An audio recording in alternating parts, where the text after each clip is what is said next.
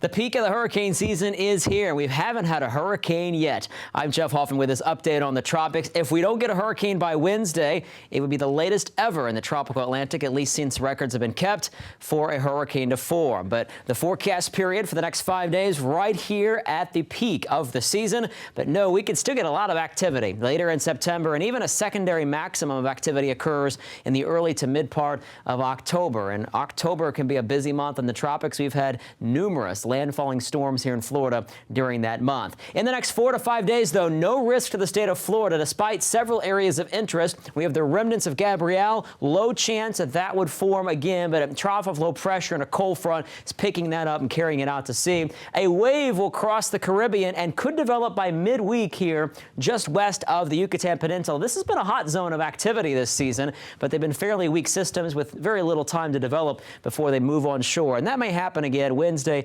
Thursday, or Friday. Out in the Atlantic, though, Humberto forming on Monday. It'll be our 8th named storm of the season, and this one is likely going to strengthen into a very strong tropical storm. Hurricane Center even projecting it could become a hurricane, our season's first, ironically enough, on Wednesday. We'll have to watch that carefully. But notice the forecast track here, and this is a high confidence track. It's going to take a turn to the north. Systems that form this far out to sea usually do that. There's a weakness in the ridge of high pressure to the north to cause it to move out to sea. Basically just a shipping interest.